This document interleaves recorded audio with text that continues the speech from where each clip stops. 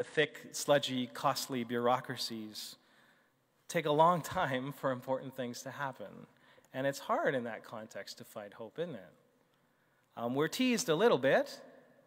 The brilliant people in this room managed to get the Federal Liberal Party membership to overwhelmingly endorse decriminalization at their national convention in Halifax. But that government, who promised us the independence of scientists and evidence-based policy, sidles up beside the likes of Russia and the Philippines and President Genital Grabber over here at the United Nations General Assembly last week to re-up the war on drugs. We have to eliminate substances, they say, the scourge on society.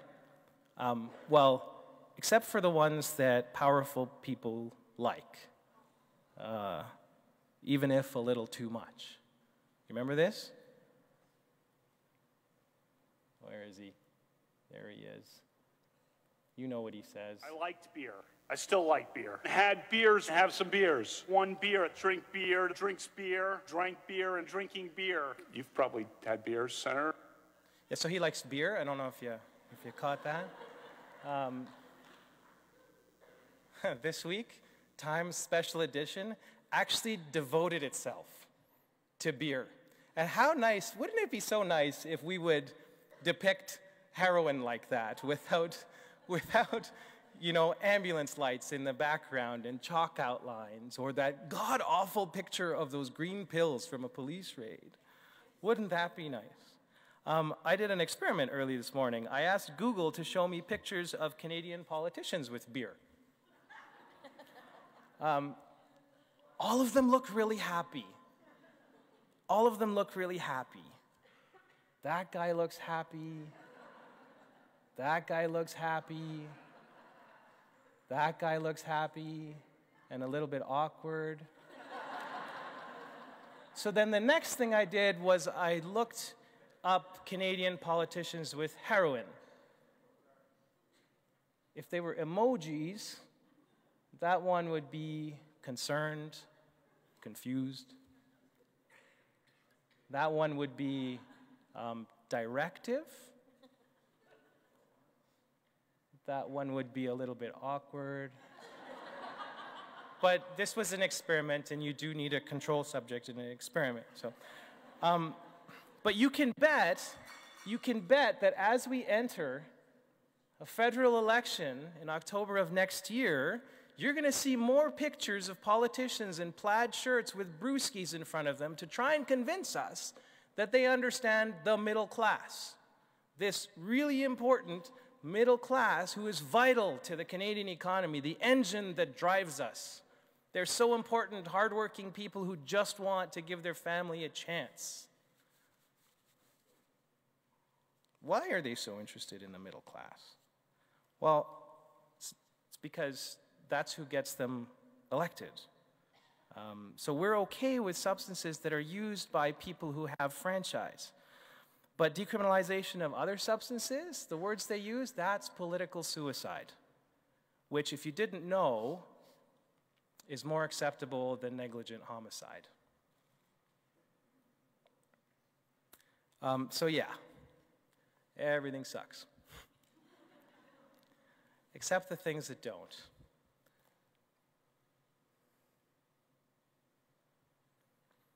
So while it's increasingly clear that we can't really rely on the people whose jobs it is to protect lives, it's at least equally clear that we can trust the people whose passions it is to protect life. And that's y'all. And you all don't suck. When life can't wait for mucky mucks to feed their bureaucratic monsters and figure out how doing the right thing might advance their career instead of get them fired, you establish life-saving services rapidly when they're needed and where. On your time, with your expertise, knowing full well the risks that may come with your disobedience. You stare down police officers, confiscating what makes the people you care about feel better, and you question the ridiculous notion that what you're doing may be kind and compassionate, but it's apparently immoral until October the 17th.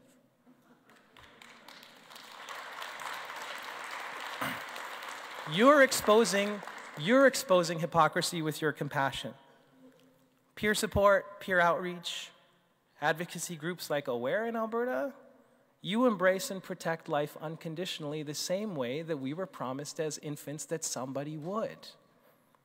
And you show how the extended hand that offers naloxone might be as life-saving as the naloxone kit itself. The moms, who are only ever a phone call or a Facebook message away, providing safety and comfort and permission to say what hurts when something hurts. So, to the question, where do we go from here? We go where you tell us. We follow your lead. We learn to do what's right, even when it's uncomfortable. And there are hints that we're learning. Right? Do you all remember this? Some really smart public health people went toe-to-toe with others in the research community to demonstrate that their disparaging of a critical harm reduction intervention was deeply flawed, sloppy, and harmful, and they were victorious. We'll need to see more of us with those kinds of guts abiding by our promises. We'll need to see more medical officers of health choosing patient and population over policies, over politics and paychecks. We will need to see them speaking in favor of what they know the evidence shows. The types of people that Garth Mullins last night called traitors in the Bastille. History will look kindly upon you if you're traitors in the Bastille. I caught up with a patient of mine a few weeks ago who, after a long period of homelessness, finally had a secure place to live. And he asked me to send a urine specimen for toxicology so he could see what it felt like to review a result that was negative for methamphetamine. And he explained that now that he doesn't have to keep his feet moving at night to stay safe and to keep his belongings safe, meth is more of a take it or leave it proposition for him. But he went on to reveal something that I didn't hear quite as often. On the street, he said, I used so that I wouldn't notice people won't look at me. Not even kids. Don't stare, it's rude, their parents would whisper. But we're born feeling connected to each other and curious about each other. And then we're taught that strangers are dangerous and that people need borders to separate us by our differences. And that people crossing these boundaries, personally or in countries, are threats to you. But you all teach us that our greatest risks aren't from mixing with one another, but from disconnecting from one another. And I think that this is a bigger movement than for people who use. It feels like you're leading an Every Life Matters movement. Every kid, every color, every history, every faith, every identity. I think that's what the movement is.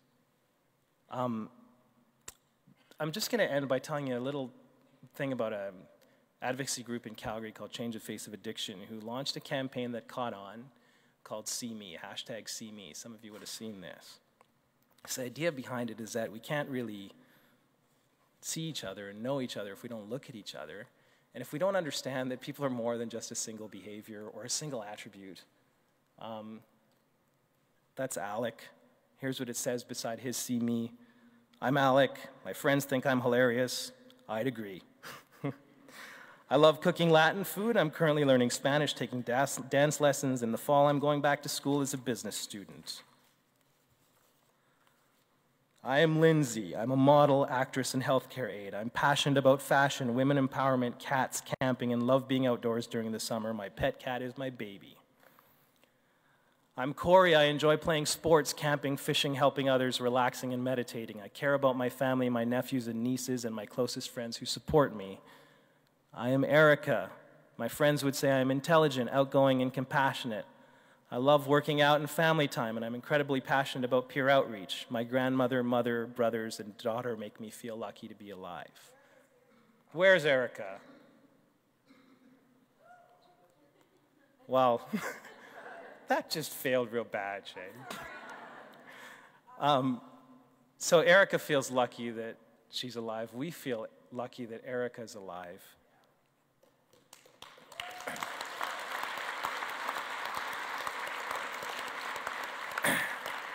So I'm just going to end by acknowledging the Indigenous people whose traditional lands on both sides of the North Saskatchewan River were gathered on, but not just as a matter of routine convention like we sometimes do, for a reason.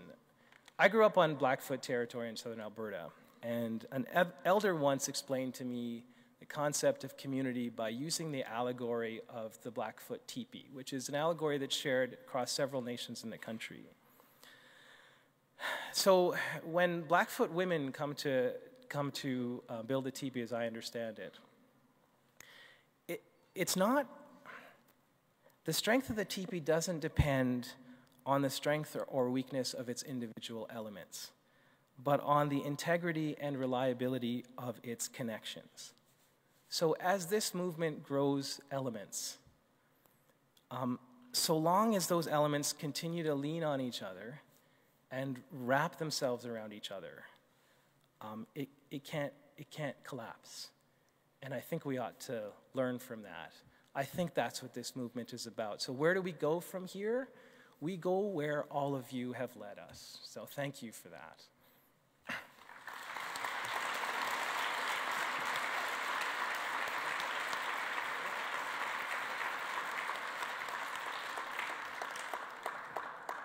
I now have the great pleasure to introduce our mystery guest, Sandhya Vadlamudi.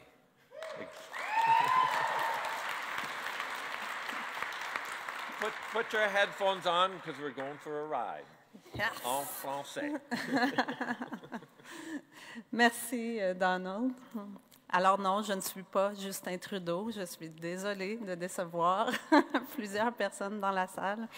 Mais je suis Sandhya Vadlamudi et je suis très fière et honorée d'être l'invitée mystère de ce panel pour terminer la conférence Stimulus.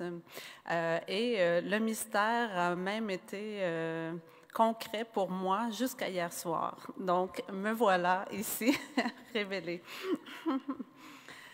En 2017, They talk, we die. Ils parlent, on meurt. C'est un slogan qui nous a accompagnés, qui nous a donné de la force vive pour mener nos actions. Ce slogan-là nous a habités et nous a fait avancer. Hier soir, j'ai pris connaissance du document résumé du BC Exchange, Overdose Exchange. Dans ce document-là, il y a une citation qui a attiré particulièrement mon attention. Cette citation-là dit « We talk, they listen, we live ». On parle, ils écoutent, nous vivons. J'ai été vraiment touchée par cette citation-là parce qu'elle amenait du mouvement. Entre 2017 et 2018, on change, on évolue. On vit. Et je pense que c'est ce qu'on veut tous ici, c'est vivre. Vivre et non plus survivre. Cette citation-là, moi, je m'invite à y faire une place pendant toute l'année et à la laisser se mettre en mouvement en moi pour qu'on puisse aussi ensemble la partager. La situation au Québec en ce moment n'a pas du tout la même intensité que celle qui est vécue à certains d'autres endroits au Canada. Mais malgré l'intensité, les gouvernements parlent d'une tendance à la hausse. On n'ose pas prononcer le mot crise. On se cache derrière ce qui est plus grave ailleurs. Mais au Québec, dans la dernière année, c'est quand même 376 vies qui ont été perdues, des proches, des parents, des familles touchées.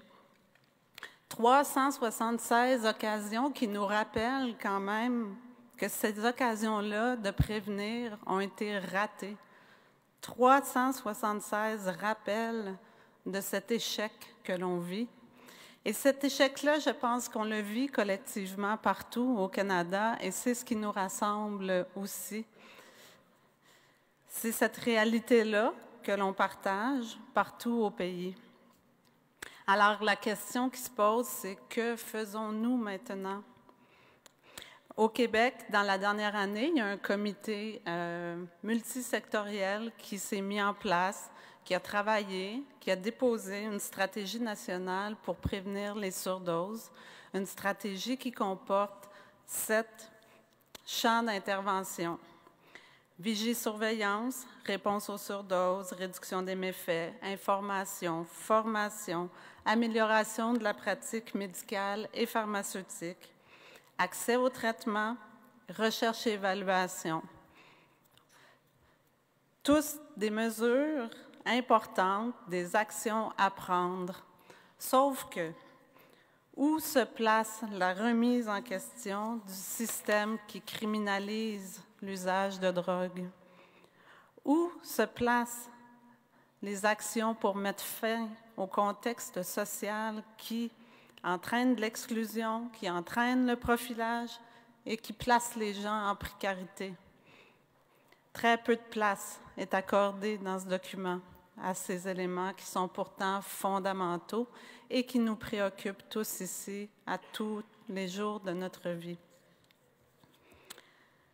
L'été dernier, comme ce fut le cas dans plusieurs villes canadiennes, la Direction de la santé publique a pris position publiquement pour la décriminalisation. C'était une initiative qu'on a saluée, qu'on a accueillie avec cœur, quelque chose qui était quand même déterminant, historique. Par contre, on sait tous que prendre position ne suffit plus. Il faut faire plus, et plus, ça veut dire aller plus loin que ce qui est médical et aller au-delà des bonnes pratiques dont on nous demande toujours de faire preuve. Pourtant, quand je pose la question autour de moi, dans mon entourage, sur où va-t-on aujourd'hui, qu'avons-nous à faire, la réponse est en général essentiellement sociale et très claire. Et c'est une réponse que je partage avec la communauté dans laquelle, avec la communauté dans laquelle je travaille, avec mes collègues, avec les personnes qui sont présentes dans notre quotidien. Et pour m'aider à y répondre, pour pouvoir offrir une réponse collective, j'aimerais inviter 3 de ces personnes-là à venir au micro, offrir leur réponse spontanée à la question « Que faisons-nous aujourd'hui? » Sandra, Martin et René.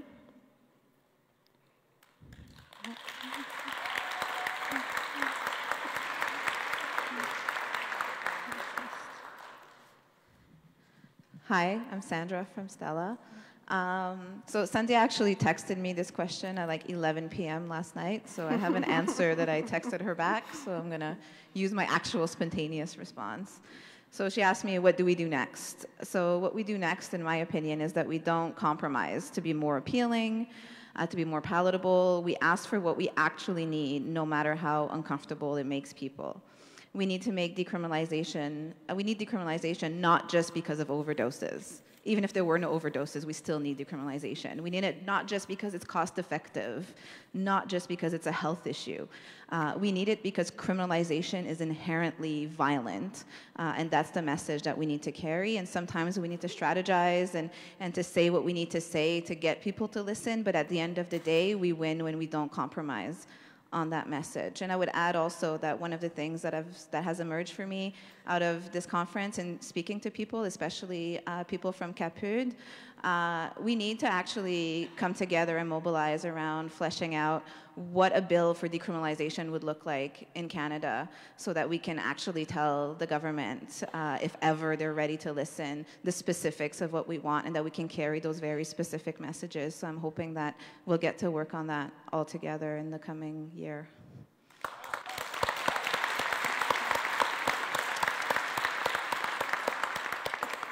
Bonjour. Que faisons-nous?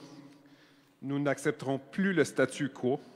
sur les politiques sur les drogues et autres politiques stupides pour les personnes qui consomment. Nous solidifierons notre réseau afin de nous organiser pour changer les choses. On ne peut pas que donner des services. Nous devons également défendre les droits des personnes qui viennent nous voir au quotidien.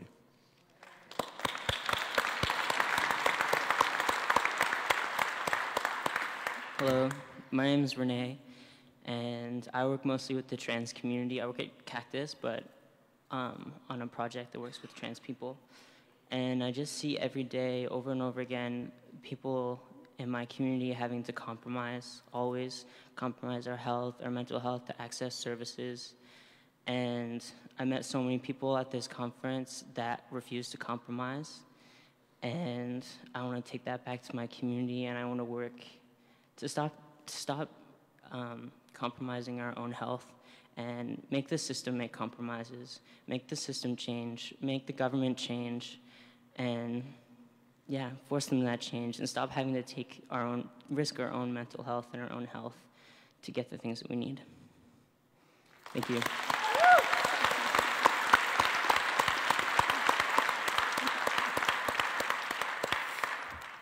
Alors, c'est notre parole partagée à Montréal. Merci. Donc, Sandra a reçu un texto de moi à 11h hier soir. Martin, un appel téléphonique à 8h ce matin.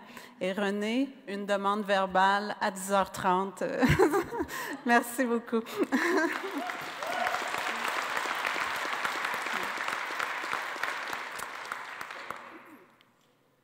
Donc, je reprends. Nous parlons, ils écoutent et nous vivons.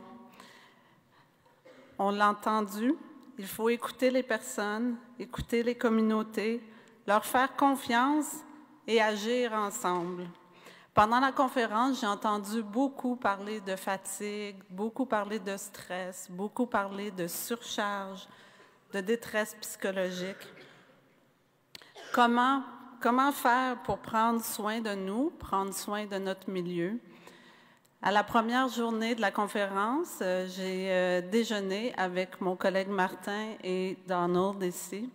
Et Martin nous parlait d'une situation qu'il vivait, qui était très difficile à Montréal, une situation en lien avec des journalistes très arrogants, avec des résidents, des voisins qui sont en colère. Et Martin se trouvait avec son équipe, avec les personnes qui font partie de sa communauté à dopamine, se trouvait au cœur de cette situation-là à essayer de jongler avec toute cette pression médiatique, avec toute l'éducation, l'information qui est à faire auprès de la population et qui est toujours à recommencer parce qu'il n'y a pas de changements qui se font de façon structurelle. Et Dodd nous parlait de sa géniale idée de se créer un bouclier pour se protéger et se réfugier aussi. Et ce bouclier-là, il servirait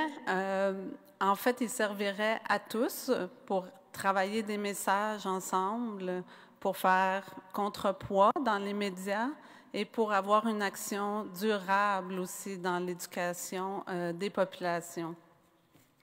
Il y a beaucoup de ressources qui sont nécessaires pour faire ça, pour pouvoir développer ce bouclier-là, mais il y a des choses aussi qui existent déjà et qui pourraient bénéficier de soutien supplémentaire.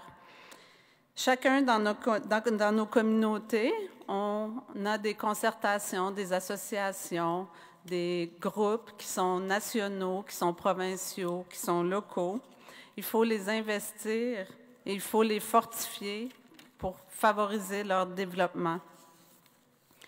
À Montréal, le mouvement s'est grandement solidarisé en réduction des méfaits dans les dernières années. Nos plus grandes satisfactions, nos plus grandes avancées des derniers mois ont été faites de façon solidaire, empreinte de confiance et des démarches à l'intérieur desquelles chacun y avait une place et on a choisi de rayonner ensemble. Et de ça, j'en suis vraiment très fière et je crois que c'est une fierté que l'on partage parce qu'on l'a bâti ensemble. J'aimerais poursuivre en ce sens, alimenter la confiance collective pour briser cet isolement qui tue, pour combattre la stigmatisation qui divise et pour transformer un système qui doit changer, qui doit cesser de criminaliser et de créer des problèmes de toutes pièces. Donald, encore, il fait partie de mes inspirations quotidiennes. En ouverture de conférence, nous a parlé de différentes définitions du mot « stimulus ». On a parlé de stimulus comme étant un déclencheur, comme étant aussi une excitation potentielle, mais aussi un stimulus comme étant quelque chose capable de provoquer une réponse. Et pour moi, Stimulus 2018, c'est la concrétisation de cette capacité que l'on a ensemble, que nous sommes capables de provoquer la réponse que nous attendons. Merci beaucoup.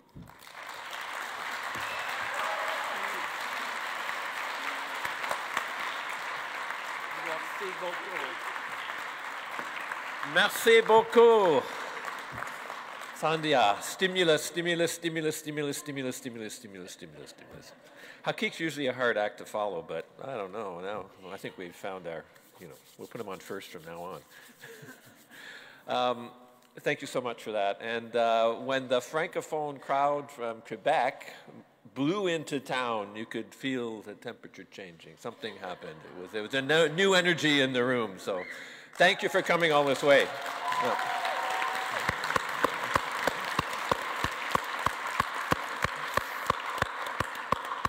And now I will turn it over to Zoe Dodd, who we all know and love. And take us home, Zoe. Try. Thank you very much. Thanks for staying till the end. Thank you for this incredible conference. It's been an exciting few days. I just want to first acknowledge the land that we are gathering on is Treaty 6 territory and a traditional meeting ground and home for many Indigenous peoples, including Cree, Blackfoot, Métis, Nakota Sioux. And I come and I work and I live in the territory of Treaty 13, the Williams Treaty, which is the peoples of the Wendat, the Huron, the Petun, the Haudenosaunee, the Anishinaabe, and most recently the Mississaugas of the New Credit. Yesterday, Sisters in Spirit had a vigil across the country around missing and murdered Indigenous women, and I've asked my friend Dawn if she'd come up, and she did a beautiful song and drumming yesterday in our circle. You know, this war on drugs is an extension of the colonial tool. It's an extension of colonialism. Missing and murdered Indigenous women is part of that, and the impacts of that are so great.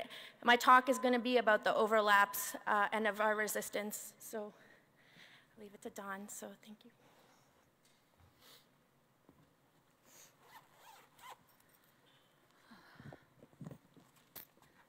Thank you. Surprise. A mystery guest. Okay.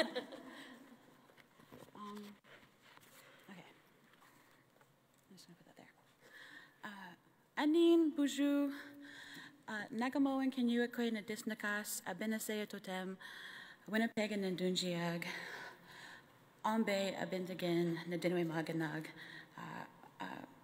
Chiwanaman Apache. I'm pretty sure that's a traditional Ojibwe greeting protocol. I'm new to learning my language and stuff. But I just introduced myself as a singing eagle woman from the Thunderbird clan and that I live in Winnipeg.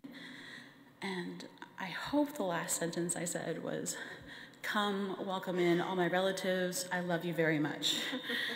If there's any Ojibwe speakers who'd like to correct me, I can dig it.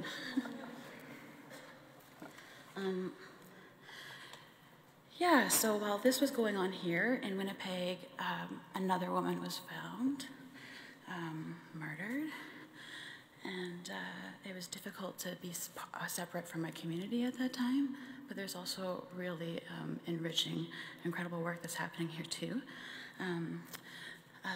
Usually when I sing and drum, I wear my skirt, but I want my skirt to be present because it's supposed to represent the women that aren't here.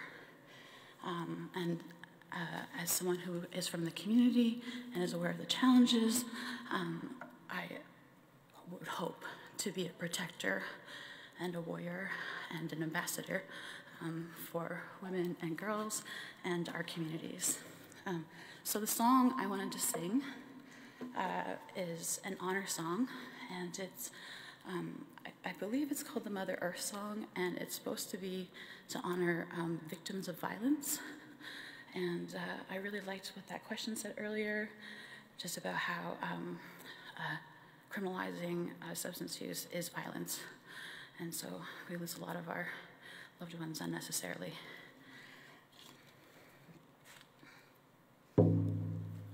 I'll stand back because sometimes my drum is loud.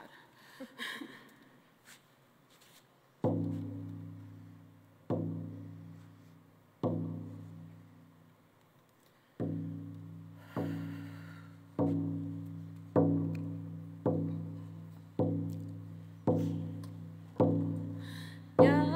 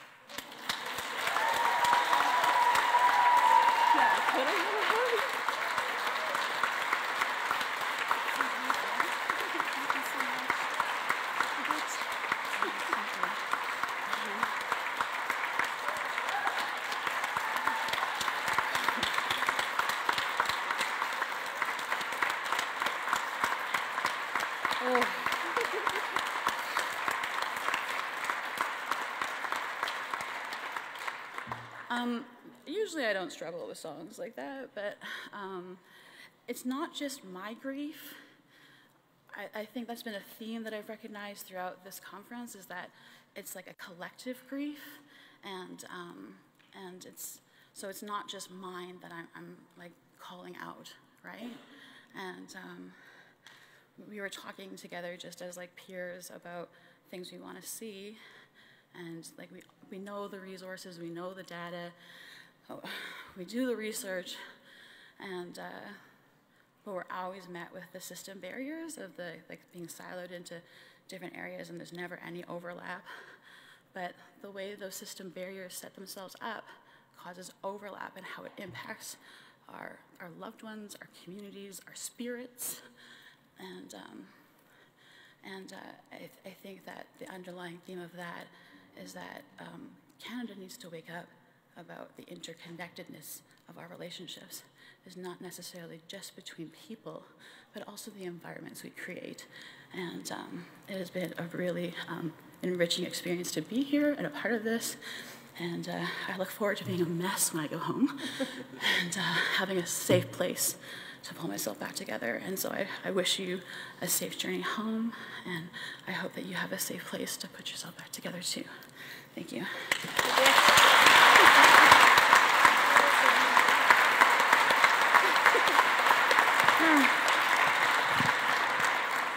Thank you, Dawn. Such a beautiful voice. So I'm going to show a series of slides. I was trying to think about, I wrote all these notes, and I'm probably just going to talk from my heart because that's what I know best. And I was overthinking what I wanted to say because a lot of times things just spill out of me, and usually when I'm really angry, I somehow find this rage to it just comes out.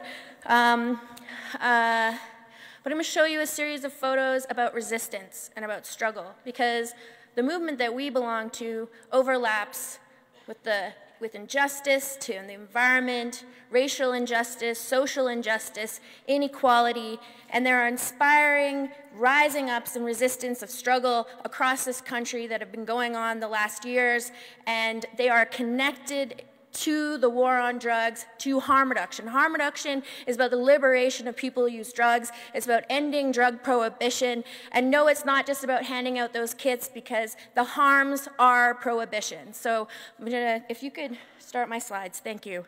So we are in an interesting moment, both cannabis legalization and the double downing now of the war on drugs, Trudeau signing on with Trump.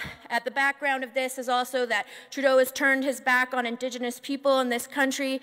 We have a conservative, racist government newly elected in Quebec. We have a racist government elected in Ontario, at a leader who's obsessed with Trump-style politics and populists. In Alberta, you're looking to possibly having a conservative government as well.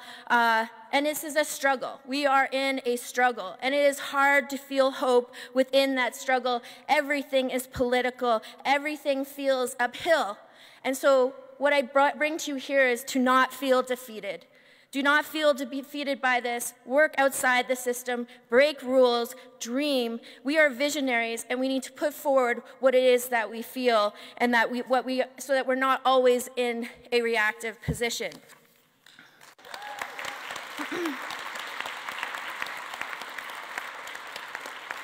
Patrice Couleurs, one of the founders of Black Lives Matter, early on described the movement's mission as rooted in grief and rage, but pointed towards visions and dreams.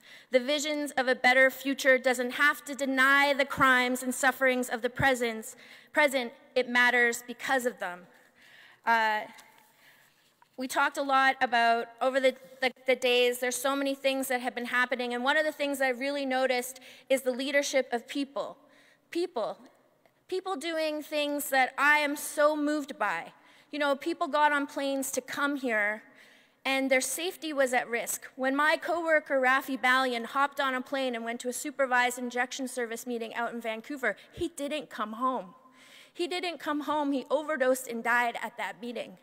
And people got on planes and they came here, and people took care of each other. They made sure people were safe and that people looked out for each other. That is leadership, that is mutual aid, that is so beautiful, and that is so much power.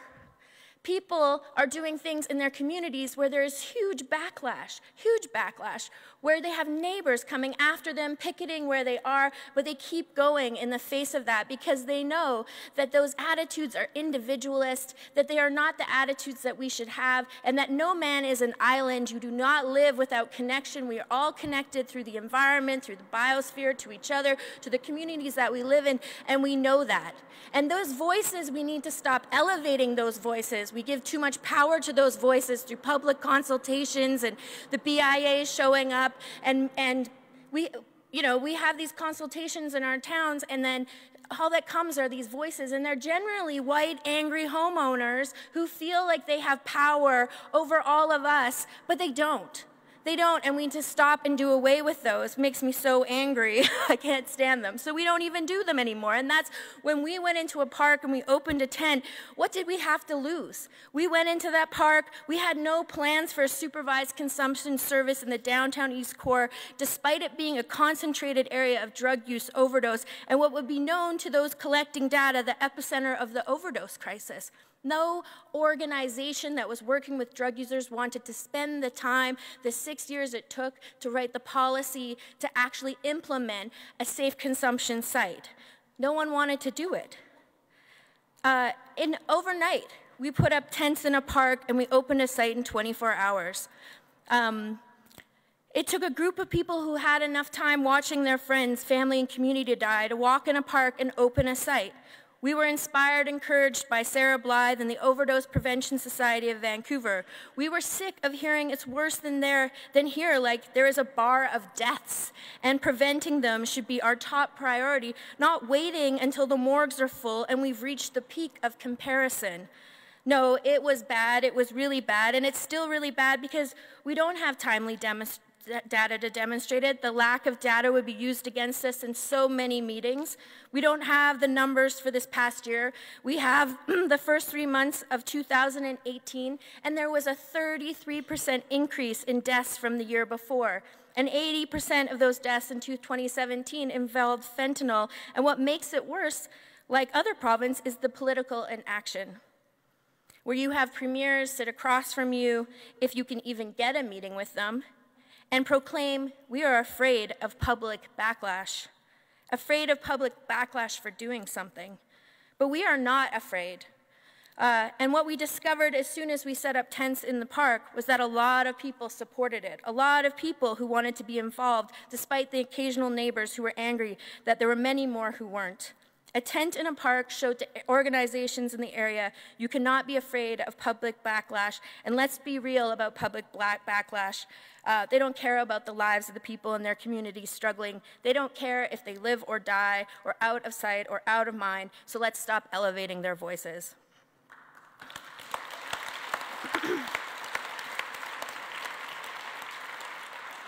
By December of 2017, the numbers had come in and the death rate had grown, a massive increase in deaths, an election year, and our relentless public shaming of the Liberal government, plus the demonstration that these sites save lives, helped to push the government into acting. We forced them to create an overdose task force, we forced them to allocate funding to harm reduction, and we forced them and the feds to change the law to allow other jurisdictions to open overdose prevention sites. We weren't like BC. We didn't already have sites or a workforce established, but we did know what we didn't want. We didn't want to be centralized, so that public health units took funds. We didn't want organizations who didn't have already established relationships working with drug users to get the sites and the funding, and we wanted people to be compensated properly. The exploitation of workers in BC is so abysmal. Oh, it makes me so mad. This is really hard work, and if you are working in the communities you are from, you can't leave it. You should be compensated fairly for the expertise and knowledge that you have.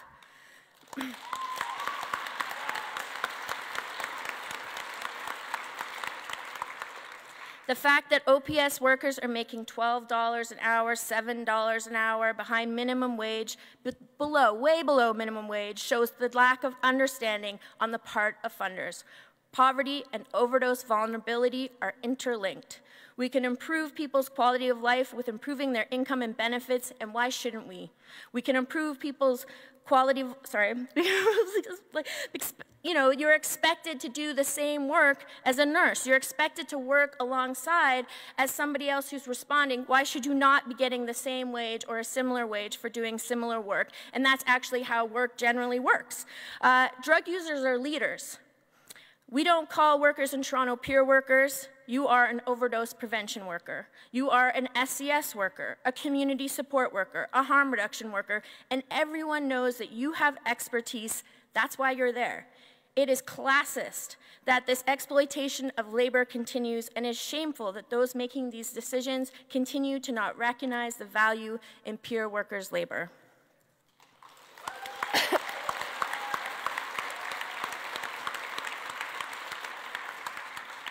It takes courage. It takes courage often. It takes courage when Lady Franco in England handed out 600,000 heroin tablets to her patients because she didn't want them to go to the black market.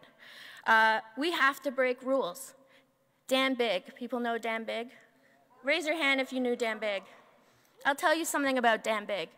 Naloxone kits would not exist if it was not for Dan Big. Dan Big was the architect of take-home naloxone kits. And what he did was he would bring them to every conference. You would go somewhere and he would say to you, you take that home. I was sent with a message in 2007 to go to a conference with a duffel bag and bring home as much naloxone as I could carry. And I was thinking, shit, I brought drugs over the border and now I have to bring naloxone back over the border.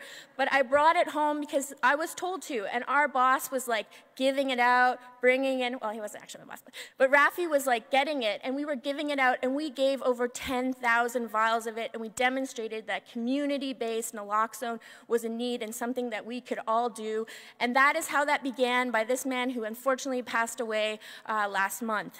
But he helped all of us in this country because we gave it out elsewhere. I know it came here. And I know that we all learned from him how to do overdose response, so that when he came to train us and he said, it's rescue breathing, that's something we knew. But we had to fight the government for 7 years to include rescue breathing when they took it out because one doctor told them chest compressions. Chest compressions. That's the kind of thing where they don't listen to us and our expertise, and we know that oxygen is your first line for an overdose response. When you're even working in a site, we barely use naloxone that often. So it takes people like that. It takes rule breakers, and I love a rule breaker, and I think so many people in this room are rule breakers. This conference has been amazing. This is a movement of people. It is a hard, hard, hard slog. It is not easy because we are also facing an unprecedented crisis that's taken the lives of people we care about, people in our communities, people that we work with. They are not here with us anymore, and we are still here, and we are still surviving, and we still are trying to fight this uphill battle. And we can't, as you look at these photos, there is so much resistance, and that is all interconnected. Environmental injustice, we need this planet to survive. Environmental injustice, social injustice, racial inequality. And so when you leave here, I know you're all visionaries. Just keep going with it. Any little thing you do has a domino effect. We stood at a table yesterday and looked at the supplies that we're handing out. And I never thought that crack supplies would be in a guide and you'd be calling a chopstick a medical device. But way back in 2003, earlier in the early 2000s, I don't know if Frank's still in the room, and Rhiannon is here, and Molly, we sat in the Safer Crack Use Coalition with crack users, and we devised the crack kit. It came from us in Toronto, but we don't talk about it, but we spread it out. We organized, we fundraised the money, we sat and tried to figure out. The first device was a metal device that we tried to give out. And, you know, people worked really hard. We fundraised all the money for those kits, and public health took it over.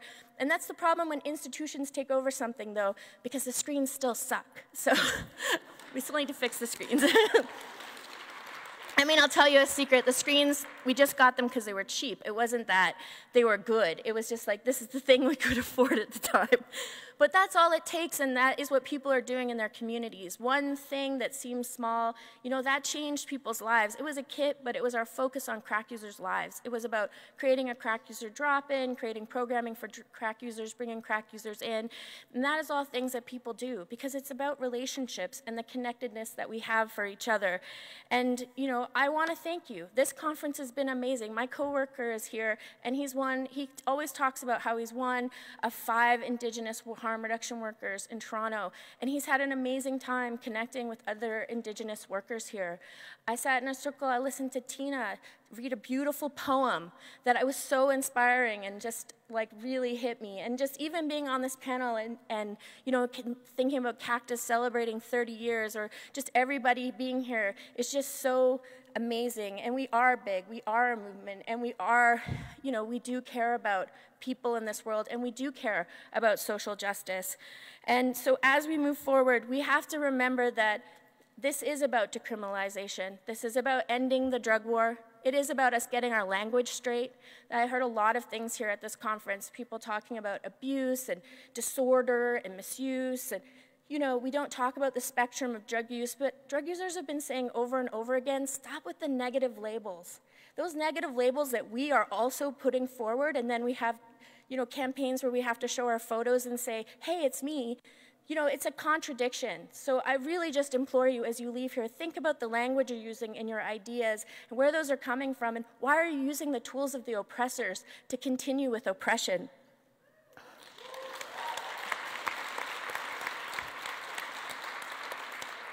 And we need to seriously fight back around the medicalizing of the response. These are social justice issues. Using drugs isn't inherently a health issue. It doesn't necessarily mean it's bad for you either. That's the problem with harm reduction. It makes it sound like it's all inherently harmful, but using drugs isn't necessarily inherently harmful. You know, and that's a conversation we can't have. We can't have this range of spectrum, and it's becoming increasingly harder for people to come out and say, I use drugs, I want to use drugs, I like to do drugs, I find pleasure from doing drugs, I want to do drugs. There's nothing wrong with that statement, and it's becoming harder for people to actually say it and vocalize it. And the other thing we need to fight back against when we go home is we need to hold the government accountable for going on about over-prescribing of pharmaceuticals. A BC study recently came out that shows that only 1 in 10 of people who died, who overdosed, had an active prescription for opioids. What does that tell you? The majority of those deaths were fentanyl, and so the federal government and our provincial governments are still so focused on over-prescribing, and actually what's happened is that people can't even get prescriptions for opioids. We have people gone to a black market, we have people going to street drugs, when we need a non-toxic drug supply, and every time I talk to a methadone or Suboxone provider, I'm like, what is your problem, and why can you not prescribe Dilaudid or heroin? What are you afraid of? Are you afraid of someone actually having pleasure, because methadone is just a drug. It is a drug, substituting another drug that just removes pleasure. And it's, you know, is it that it's also economically driven for you? And so when we go home, we need to challenge this, because we are so desperate to get out of what we're in, because we need a non-toxic drug supply as much as we need decriminalization. And I have a comment for researchers.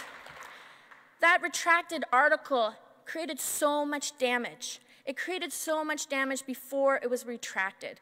So when you're going to produce research, really, I implore you to speak with people in the communities. You know, we are going to lose, we are going to lose our funding for overdose prevention sites in Ontario. Part of that is this idea that it doesn't have enough evidence behind it. What is evidence? We are creating a huge research industry off the backs of marginalized people. We need to be cautious about that, about what evidence is, what is produced, and how it is being taken up, because it makes it harder for us to be able to just open things overnight if we are stuck in this hamster wheel. So if you do research, you know, I implore you to just think about this ethically and how we can work together better and how we can make sure that this is not what we're stuck in. And if you're a policymaker, just think about that as well. Like, a lot of things in harm reduction just do not get funded to create the kind of body of evidence that is needed to be produced in these sort of laborious policy decisions that you're making. It just is not evidence, it doesn't work, basically. So I would just say, I just want to end by just saying, you know, we have to not medicalize the situation. You know, it's great that there are these expansions of services and more money for treatment and all of these things, but what are we sending people to?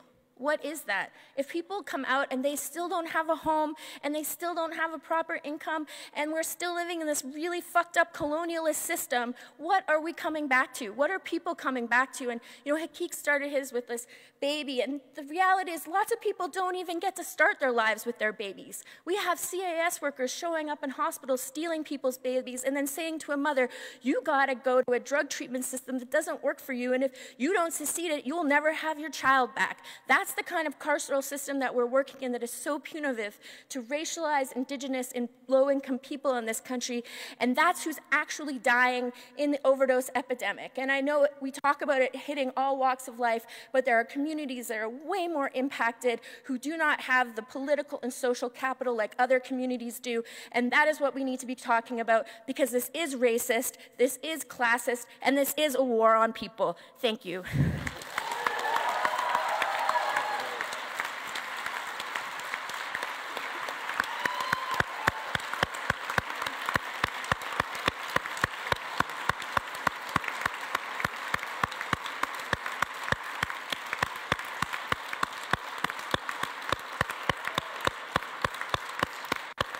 Thank you.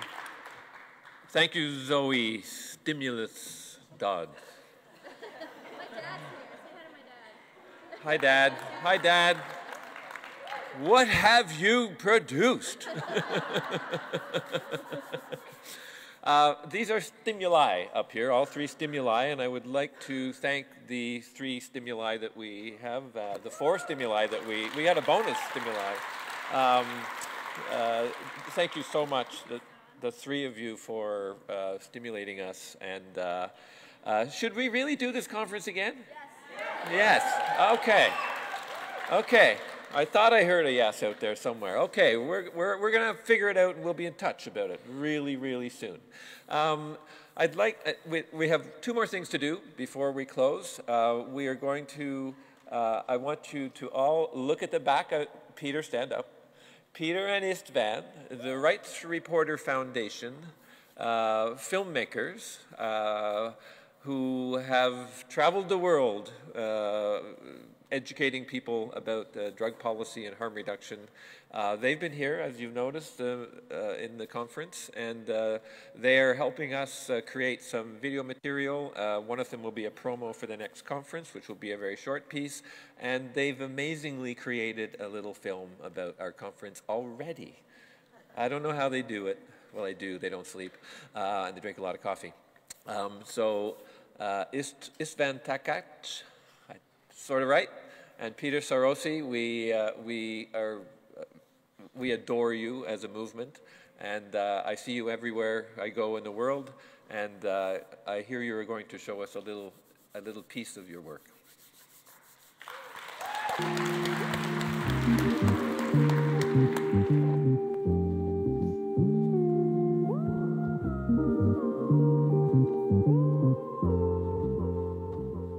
We're in beautiful Edmonton, Alberta, holding a national stimulus conference, drugs, policy, and practice. So we're trying to connect the work on the ground and the disaster on the ground that's taking place in terms of harm reduction and the overdose crisis, and connect that with the higher policy level. Some people say there's an opiate crisis in Canada. We say there is an overdose death crisis in Canada. Last year, 4,000 people died in Canada from a toxic, illegal drug supply. The discourse around this being an opioid problem, an addiction problem, a substance use disorder problem, it captured everyone for a long time, when in fact it's a poison. It's a problem of poisoning, or it's a problem of dosing. And I think it's 75% of the deaths in British Columbia involve fentanyl. How did you feel when you were seeing this graph? I can't look at the year 2016 without, my son is in that category. He's represented there. It's still hits me. For some people, it's just a stat, it's just a graph, it's just a bar. Well, my son died in 2014. Jordan, he was 25 years old. He died of a prescription drug overdose. We have spoken to media and to groups and to innumerable people over these last 3 years, trying to educate people on harm reduction, on bad drug policy, and what it will take to stop the deaths. People listen to their moms. That's part of our success.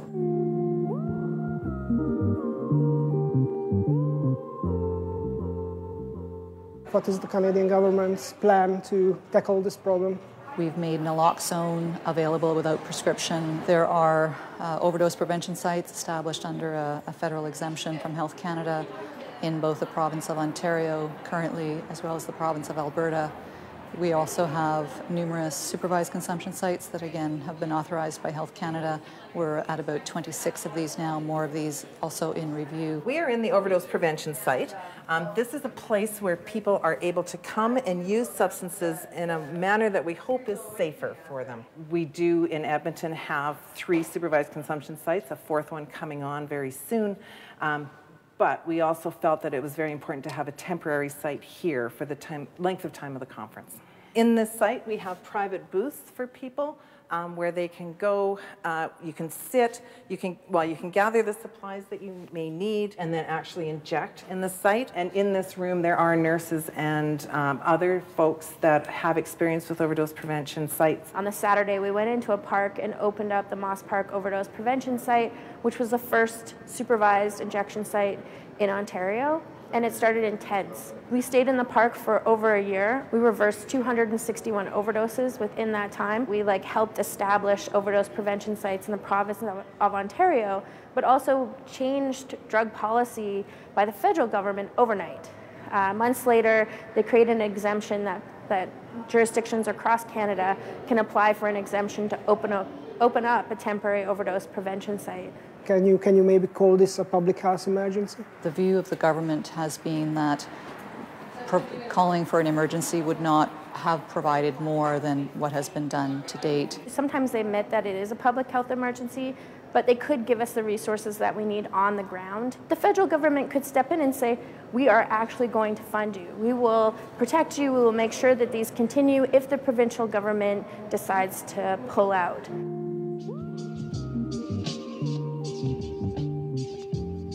The federal government talks a lot about the stigma. I mean, stigma really, if they really care about stigma, then it's ending criminalization of people who use drugs.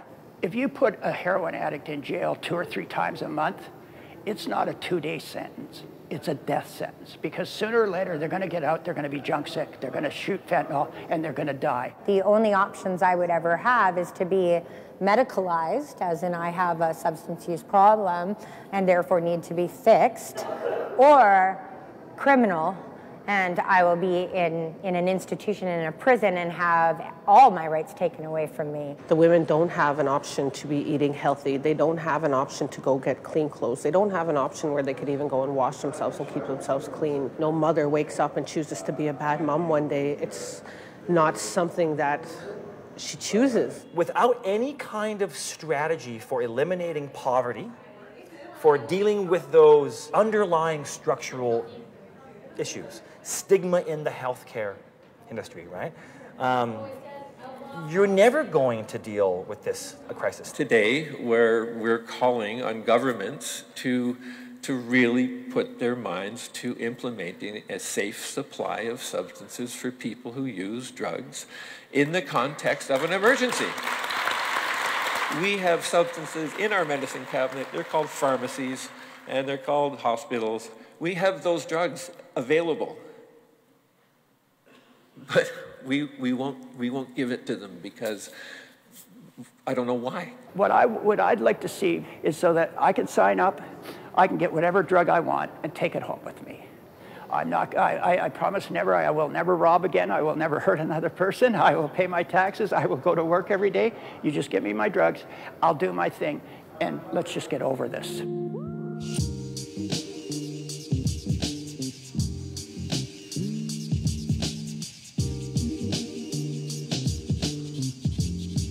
We started doing drug checking at a local music festival called Shambhala. This is called an FTIR. It uses infrared light. We pair it with the fentanyl test strips. This can tell yes or no for fentanyl, but then we can look at it and say, okay, there's all this other stuff in there too. This machine can't tell strength, and this is the next step. We really need to be able to tell strength of the fentanyl so that they can dose accordingly. Can you explain us what's happening in Canada around cannabis right now? Yeah, absolutely. So we're moving to legalize cannabis in about 2 weeks. So how it works is we have kind of a federal Cannabis Act, which lays out minimums, right? So the minimum age of access is 18 years old, for example. And then the provinces across Canada and territories actually have the powers to kind of adjust those. The main benefit is that we're not going to arrest people. I think that public health impacts, will not be a rising prevalence of use and associated harms for teens. That's the biggest thing the myth I feel like I've been trying to battle. One of the things I think is really important for people in Canada to understand is, despite all the problems that they have with drug policy in Canada, there are some remarkable innovations going on here, and Canada is, in fact, way ahead of much of the rest of the world. So, there's quite a lot of gripes amongst some stakeholders with cannabis about that the new regulation system is too restrictive, or that why can't we, grow in our garden and sell cookies on our front porch, or whatever it is. But actually, 98% of the world doesn't have access to legal cannabis at all. In the UK, we don't even have any supervised consumption rooms. They have 25 of them now in Canada, and that leadership and that evidence is actually incredibly important for the global debate. I truly think that this is an issue of a system we live in that's of exploitation and oppression that has created this crisis that we're in today. We don't live on islands, we actually live connected, we live in communities. We need to get back to this idea of supporting each other. Harm reduction does fit into the Indigenous way of being.